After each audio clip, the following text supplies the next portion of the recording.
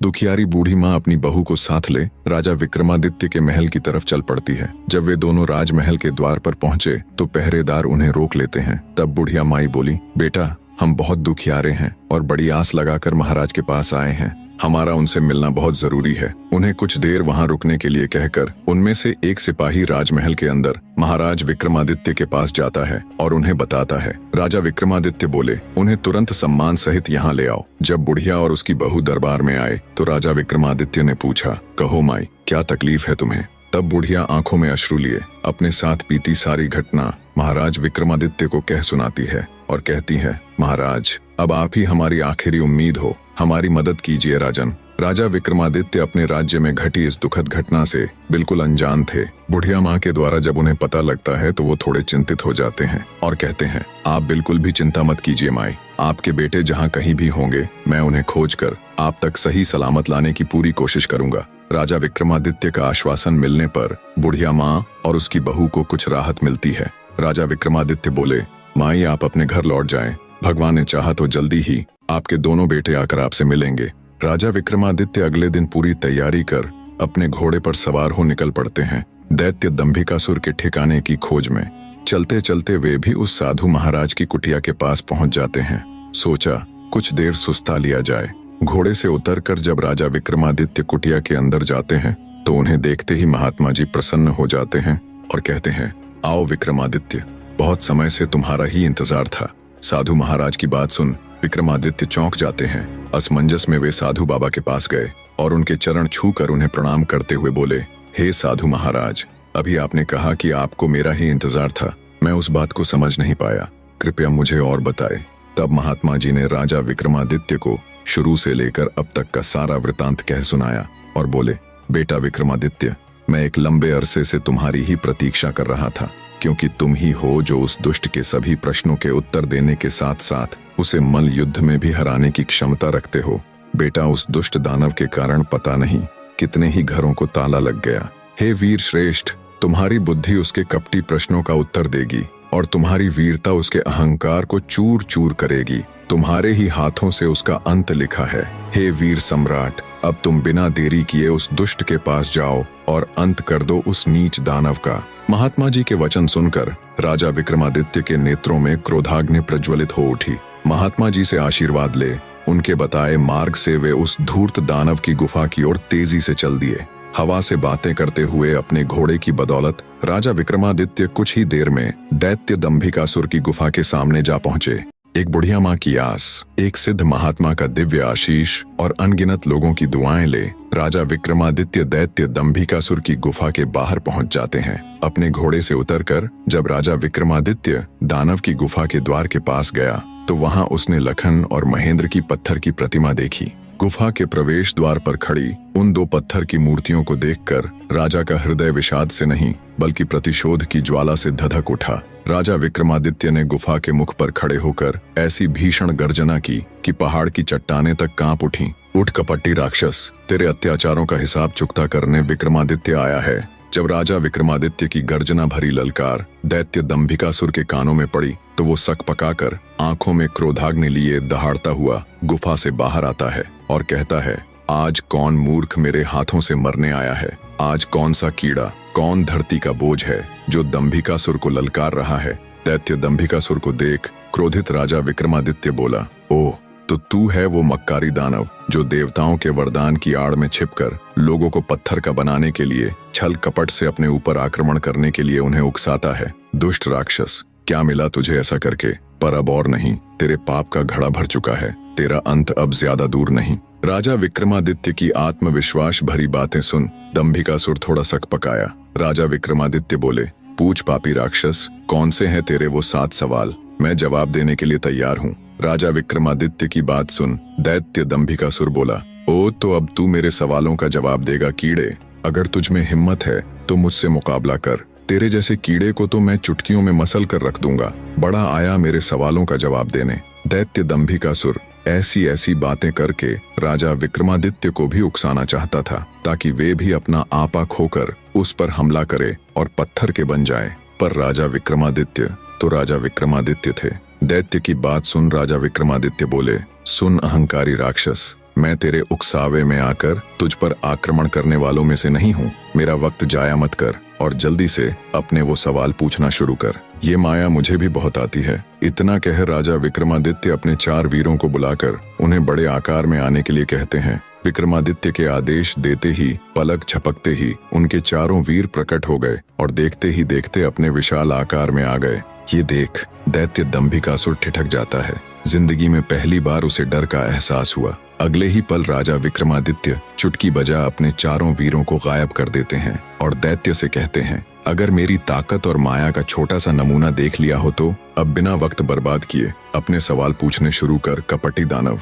सब देख और सुन दानव विचार करता है कि अब तो कोई चारा नहीं, ये मेरे बहकावे में आने वाला नहीं है। वो अपनी गुत्थी सुनाना शुरू करता है। तो सुनो राजा, मदन और रतन 2 जिगरी दोस्त थे। एक बार व्यापार के सिलसिले में दोनों प्रदेश गए हुए थे। अच्छा खासा लाभ लेकर जब दोनों मित्र वापस घर लौट रहे थे तो रास्ते में उन्हें एक अति सुंदर स्त्री दिखाई दी, जिसको देखते ही दोनों उस पर मुग्ध हो गए। उससे पूछा, तुम कौन हो सुंदरी, और यहाँ जंगल ब्याबान में अकेली क्या कर रही हो? तब उस स्त्री ने बताया कि वह अपने घर से अपने पति के साथ अपनी ससुराल लौट रही थी। तब रास्ते में कुछ डाकुओं ने उन्हें लूटकर उसके पति की हत्या कर दी और सारा धन लेकर फरार हो गए। बस तभी से वो इस जंगल में भटक रही है। तब मदन बोला, हे देवी, तुम चिंता मत करो, हम तुम्हें सही सलामत तुम्हारे घर छोड़ देंगे। मदन की बात सुन स्त्री रुदन करती हुई बोली, नहीं, मैं अब ना तो अपने घर जाऊंगी और ना ही अपनी ससुराल, क्योंकि सब मुझे ही अभागन और कुल्टा समझेंगे। इससे अच्छा तो मैं यही अपने प्राण त्याग दूंगी। स्त्री की बात सुन मदन और रतन उसे आपसी सहमति से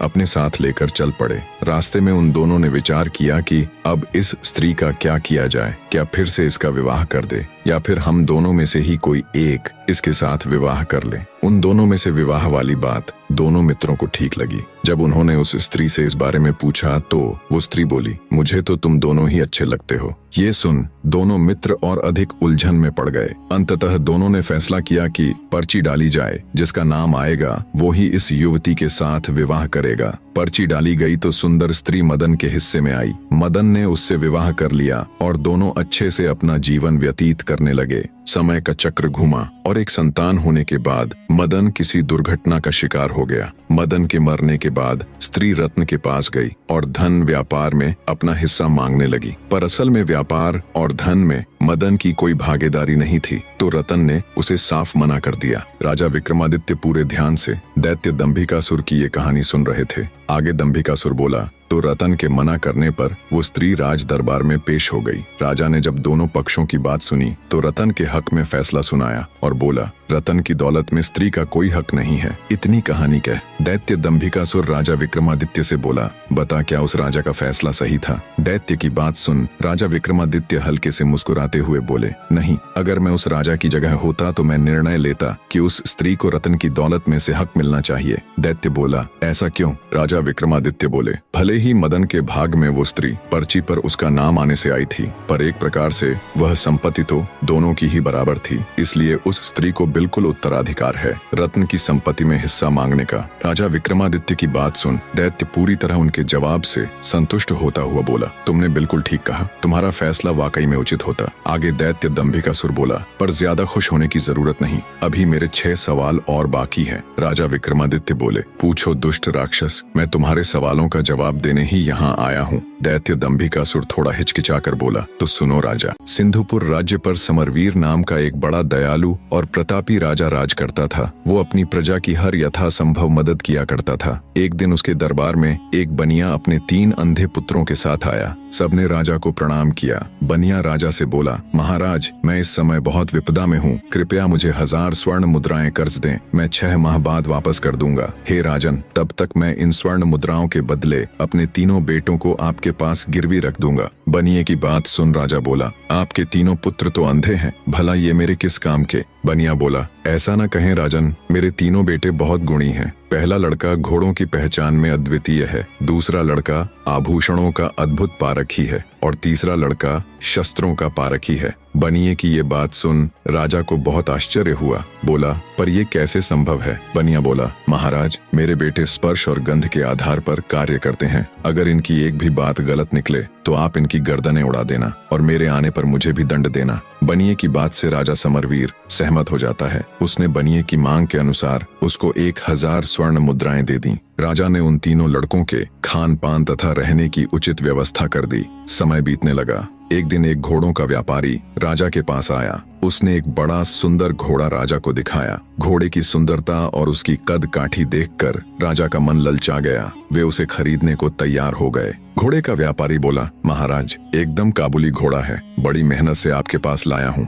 इसलिए इसके दाम थोड़े ऊंचे हैं अन्नदाता। घोड़े पर आसक्त राजा ऊंचे दामों पर भी उसे खरीदने के लिए तैयार हो गया। पर फिर अचानक राजा को बनिए के अंधे लड़के का स्मरण आया। बनिया कह रहा था, उसके लड़के को घोड़ों की अद्वितीय पहचान है, क्यों न उसे भी परख लिया जाए। राजा ने तुरंत हुक्म दिया, जाओ बनिए के बड़े पुत्र को बुला कर लाओ। तुरंत उसको पेश किया गया। राजा बोला, इस घोड़े को देखकर बताओ ये कैसा है। जो आज्ञा महाराज कह। बनिए का पुत्र टटोलकर घोड़े के पास गया और टटोलते हुए घोड़े को परखने लगा। एक अंधे को घोड़ा परखते देखकर सौदागर के साथ साथ वहां मौजूद हर कोई मंद मंद मुस्कुरा रहा था। भला अंधा घोड़े की क्या पहचान कर सकता है? लड़का घोड़े को सूंघने लगा तो सौदागर बोला, बस करो भाई, कहीं घोड़ा भी सूंघकर परखा जाता है भला। पर बनिए का लड़का अपने काम में लगा रहा। वो घोड़े पर हाथ फेर फेर कर उसको जगह जगह पर सूंघता रहा। फिर कुछ देर बाद अलग हटकर खड़ा हो गया। तो कैसा है ये घोड़ा? राजा ने जब पूछा तो वो बोला, राजन, यह घोड़ा भूल कर भी न खरीदें। राजा आश्चर्य से बोला, क्यों, क्या खराबी है इसमें?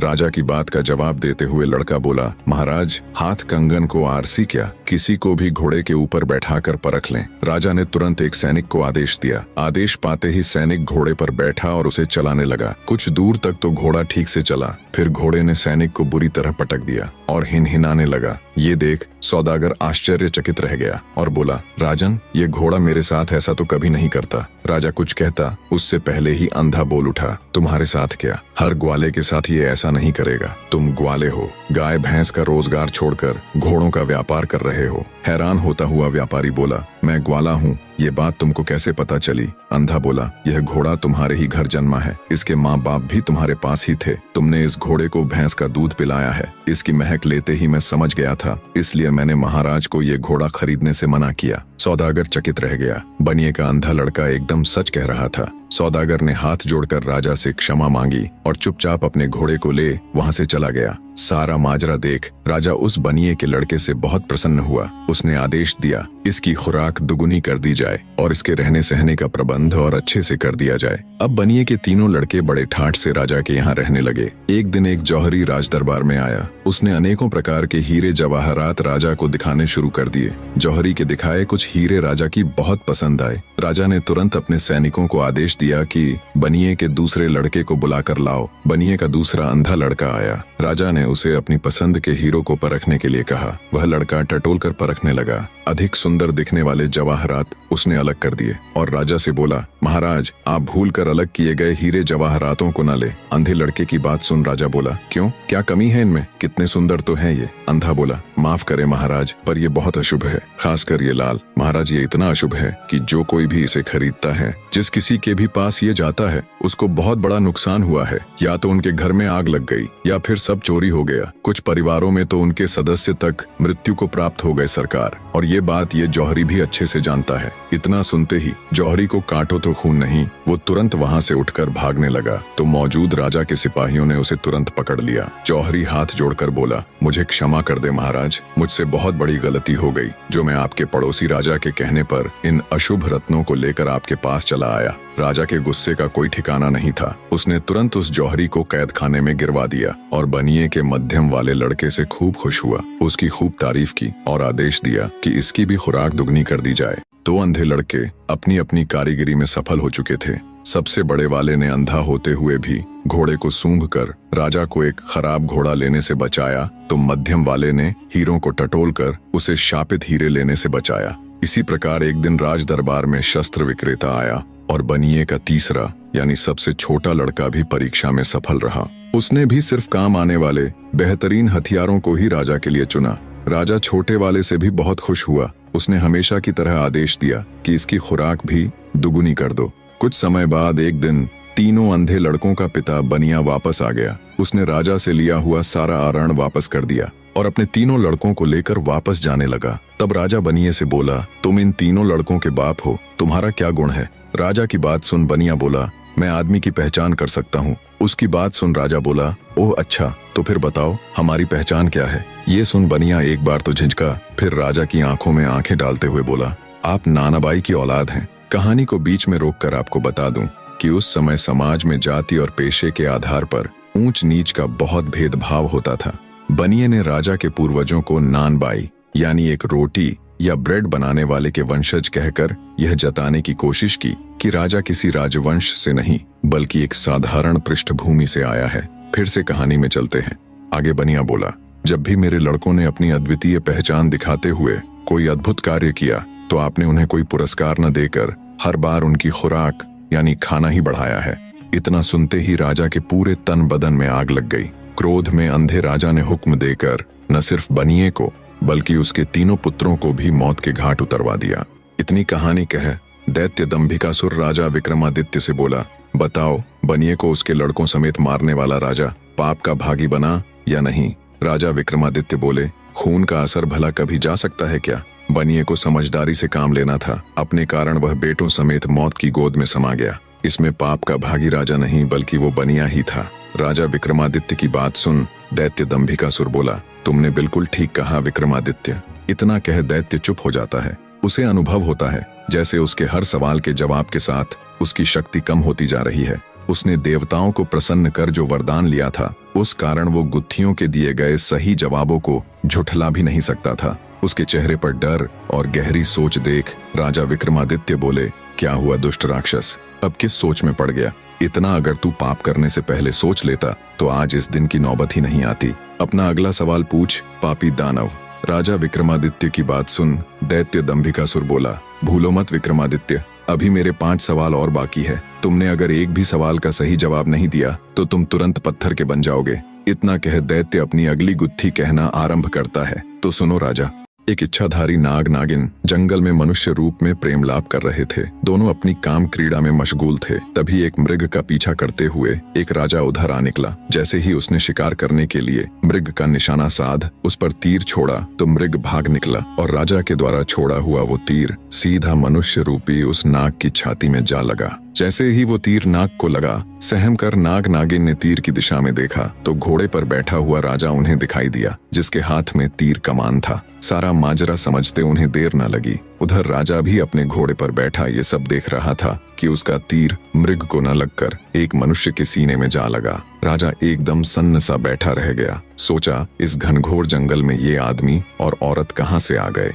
तीर लगने के कुछ देर बाद ही वो इच्छाधारी नाग अपनी नागिन की गोद में दम तोड़ देता है। ये देखते ही नाग के वियोग में नागिन के मुख से दर्द भरी जोरदार चीख निकली। पूरा जंगल उसकी चीख से थर्रा उठा। रोती बिलखती नारी को देख असमंजस और अपराध बोध से घिरा राजा जब अपने घोड़े से उतर उनकी तरफ चलता है तभी उसने देखा मृत्युप्रांत मनुष्य रूपी इच्छाधारी नाग अपने असली रूप में आ जाता है। ये देख राजा के पैरों नीचे से जमीन खिसक जाती है। उसे समझते देर न लगी कि ये तो इच्छाधारी नाग नागिन का जोड़ा था। अपने मरे हुए नागपति को अपने गले में टांगे नागिन जोर जोर से रुदन करती हुई भयंकर गर्जना के साथ बोली, हे पापी मनुष्य, आज जिस प्रकार मैं अपने पति के वियोग में तड़प रही हूँ, एक दिन तेरी पत्नी भी तेरे वियोग में ऐसे ही तड़पेगी। ये सुनते ही राजा का चेहरा एकदम फीका पड़ गया। वो नागिन से बोला, हे नागिन, मुझे क्षमा करे, मैंने तुम्हें नहीं देखा, मुझसे बहुत बड़ी भूल हो गई।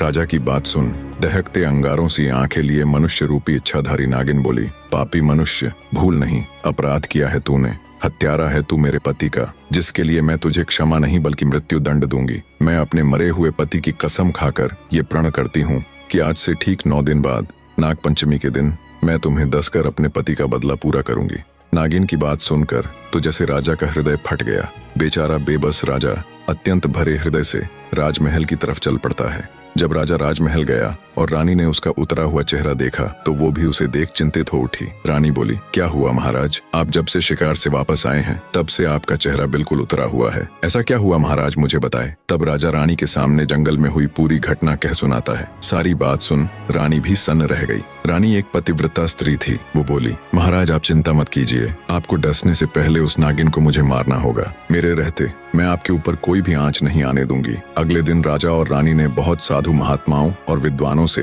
अपनी इस समस्या को साझा किया, पर कहीं से भी उन्हें संतोषजनक हल नहीं मिला। किसी ने कुछ उत्तर दिया तो किसी ने कुछ करने को कहा। इन्हीं सब में 8 दिन गुजर जाते हैं। आज वो 9वां यानी नाग पंचमी का दिन था, जिस दिन वो नागिन राजा को डसने के लिए आने वाली थी। आज इच्छाधारी नागिन के बदले का दिन था। आज वो नागिन राजा को डसकर अपने पति की हत्या का बदला लेने वाली थी। राजमहल में तो जैसे मातम सा पसरा हुआ था। मारे भय के राजा महल के कमरे में दुबका हुआ था। उसने अपने कक्ष से लेकर महल के मुख्य द्वार तक सिपाहियों को तैनात कर दिया। महल के चारों तरफ सिपाहियों का कड़ा पहरा था। तभी भिक्षा के लिए एक सिद्ध महात्मा जी राजमहल पधारे। महल में पसरा हुआ मातम देख जब महात्मा जी ने द्वारपालों से कारण पूछा तो द्वारपाल ने सारा किस्सा महात्मा जी को कह सुनाया। द्वारपाल की बात सुन महात्मा जी बोले, तुम मुझे फौरन अपनी रानी के पास ले चलो। तब एक द्वारपाल अंदर गया और उसने महारानी को बाहर उस महात्मा के आने का किस्सा बताया। द्वारपाल की बात सुन महारानी खुद ही राजमहल के द्वार पर गई और सम्मान पूर्वक महात्मा जी को राजमहल के अंदर ले आई। उन्हें अच्छे से जलपान कराया और हाथ जोड़कर बोली, हे साधु बाबा, आप हमारी विपत्ति से भली भांति परिचित हो चुके हैं, अब आप ही कोई युक्ति बताएं महाराज। महारानी की बात सुन साधु जी बोले, सुनो बेटी, इसका एक उपाय तो है पर पक्का नहीं है कि वो इच्छाधारी नागिन तुम्हारे पति को छोड़ ही देगी। साधु की बात सुन महारानी बोली, कृपया हमें बताए साधु महाराज, वो क्या उपाय है। तब साधु बाबा ने बताना आरंभ किया, सुनो बेटी, सबसे पहले तो ये महल के चारों ओर जो इतना सख्त पहरा है इसे हटवा दो। जितने भी सिपाही राजा की सुरक्षा में तैनात है उन्हें भी वहां से हटा दो। साधु जी की ये बात सुन महारानी के मन में सवाल तो पैदा हुआ, पर उसने महात्मा जी को उनकी बात के मध्य टोकना उचित नहीं समझा। आगे साधु बाबा बोले, बेटी वो कोई साधारण नागिन नहीं है, बल्कि एक इच्छाधारी नागिन है जो किसी का भी रूप ले सकती है, किसी भी द्वारपाल या सिपाही का। जब वो महल के बाहर इतना कड़ा पहरा देखेगी तो अवश्य ही राजा महाराज को क्षति पहुंचाने की कोशिश करेगी। आगे साधु महाराज बोले, बेटी आज नाग पंचमी का दिन है, तुम सूर्यास्त से लेकर मध्य रात्रि तक बिल्कुल अपने पति के कक्ष के सामने बैठकर नाग देवता की पूजा करना। अब जल्दी से सिपाहियों को जंगल भेज, वहां से सांप के छोटे छोटे बच्चों को मंगवा लो और राजा के कक्ष से लेकर महल के मुख्य द्वार तक थोड़ी थोड़ी दूरी पर छोटे बच्चों को बैठा देना, जो जंगल से लाए गए सांप के छोटे बच्चों को दूध पिलाएंगे। और अंतिम और सबसे जरूरी कार्य, महल के मुख्य द्वार से राजा के कक्ष तक सुगंधित फूल बिछवा दो। इतनी युक्ति बता। साधु बाबा बोले, बेटी बस एक यही रास्ता है जिससे उस इच्छाधारी नागिन का हृदय पिघल सकता है।